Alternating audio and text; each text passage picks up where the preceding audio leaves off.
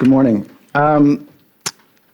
It's true, if we take a short walk through the village of Pugwash from where we are today, we'll find three places that play a significant part in the early part of my life.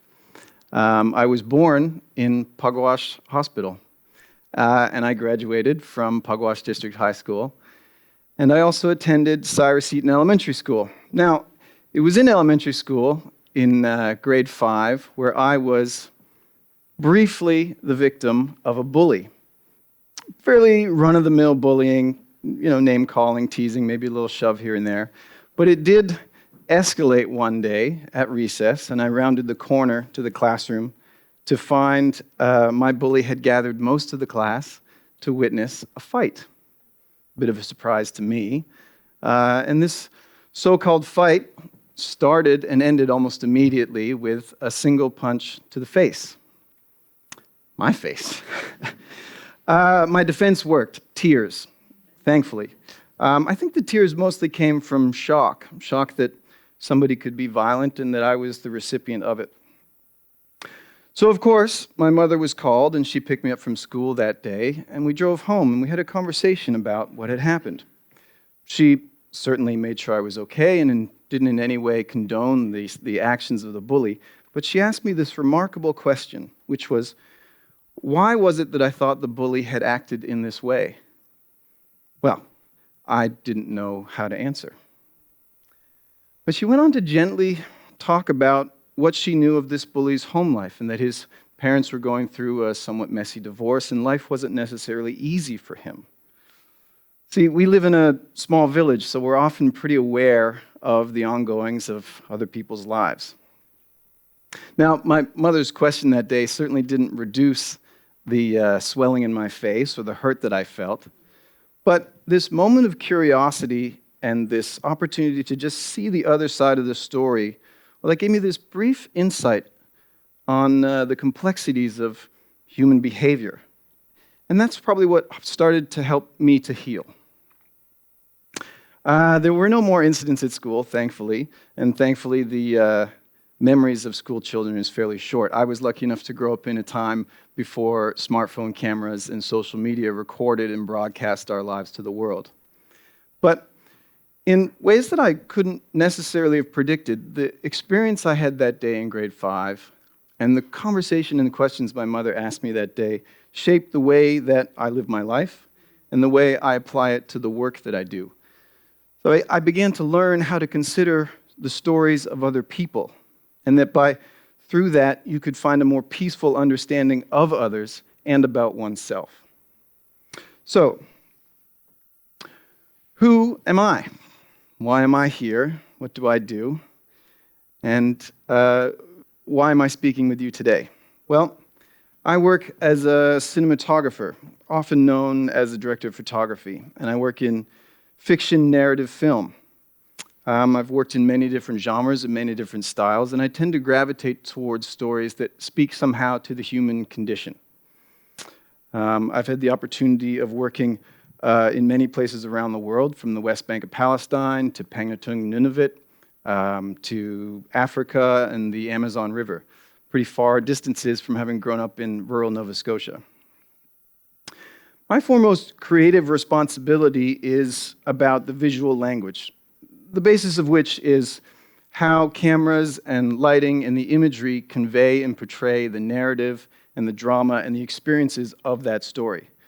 This takes close collaboration with the director and many other creative people on the team, but the essence of this is it's the orchestration of how we manipulate the elements of the story to a dramatic or narrative outcome. The guiding principle we generally use as the first step of understanding how we create these manipulations is narrative perspective. From where do we wish the audience to experience this story? This can shed light on so many countless decisions that we make in the creative process, but more or less it can boil down to who gets to be the hero and who gets to be the villain. I'll give you an example. If we take the classic Christmas movie Home Alone, which we all hopefully know, And that story is told as a young 8-year-old Kevin defends his family home from criminals at Christmas in sort of comedic and slapstick ways. But if we return this narrative perspective around, we could tell that same story from the perspective of two lower-income fathers trying to make ends meet at Christmas for their families, and albeit in criminal ways, only to be brutally attacked by a privileged and violent 8-year-old kid. But it's through my experiences and the projects that I've been fortunate enough to be a part of, and the people that I get to work with and learn from, that my understanding of narrative perspective has expanded beyond this basic definition. And what that means is I've had to take some careful considerations about what my personal perspective is and how it affects the way that I participate in telling stories. And what this means is I and we have some important questions to ask. The first is, whose story are we telling? Whose story is this, and how do we respect that this is a story about possibly a real-life person, or, importantly, if we're telling a story about different cultures, what does that mean, and what considerations do we need to be aware of to be respectful of that? We made this film, MAUDIE, which is about Maud Lewis, a real-life Nova Scotian folk artist. And we were very conscious that we were making a film about a real-life person who arguably probably certainly wasn't aware that we were making the film, and here we are making what could be considered a Hollywood biopic. Well, in our approach to that, we made sure that we didn't glamorize what her life was, and that gave us this opportunity to showcase how beautiful the viewpoint of her artwork was in contrast to the somewhat impoverished life that she led. The second consideration that I take into consideration is, from whose perspective are we telling this story? Now, this is similar to the very basic definition of narrative perspective, but if we distill it down a little bit more, it's about what is the point of view of the character or characters that we wish to have the story be told from. Now, that can directly influence how the audience feels about the journey through the story. I worked on this mini-series, Little Bird, which is about the Sixties Scoop, an era of Canadian colonial history, whereby the government was forcibly removing children from their families and putting them up for adoption. Now, certainly we applied the first question, is whose story are we telling and how do we respect that? And our showrunner and creator was an Indigenous storyteller. We had Indigenous directors, and we collaborated with Indigenous survivors of the 60s Scoop so that we could be respectful of what the realities of that experience were. But from whose perspective are we to tell that story? Well, certainly we weren't going to tell that story from the perspective of the social workers who were implementing this governmental processes. So we told the story from our central character, Beijing, a survivor of the 60s Scoop, who 20 years later was unfolding the mystery of her fragmented family as she returned to her homeland. The next question, and I think this one's the most interesting, is what is the perspective of the storytellers?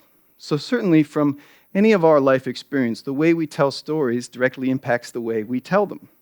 And so what is my life experience? So I am a cisgender, hetero, white man from a first world nation whose arguably closest experience with violence was one fateful recess in grade 5. But does that make my perspective wrong? No. Does it make it flawed? I don't think so. It does make it limited. So I worked on a Netflix miniseries called MAID, which was about a young single mother who was escaping a domestic abuse situation.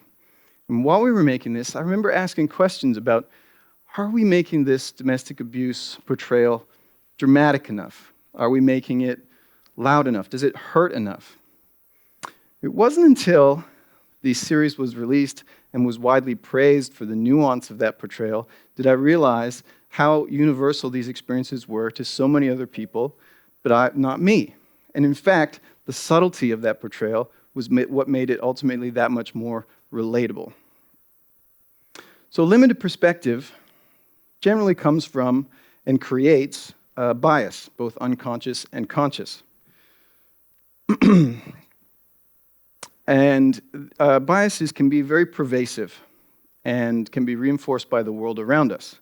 But we can work to reduce these biases by conscious effort. And it's not just a conscious effort of being aware of what they are, but here again is the key: curiosity. Being curious about where it is that we may have these assumptions and biases and where they come from.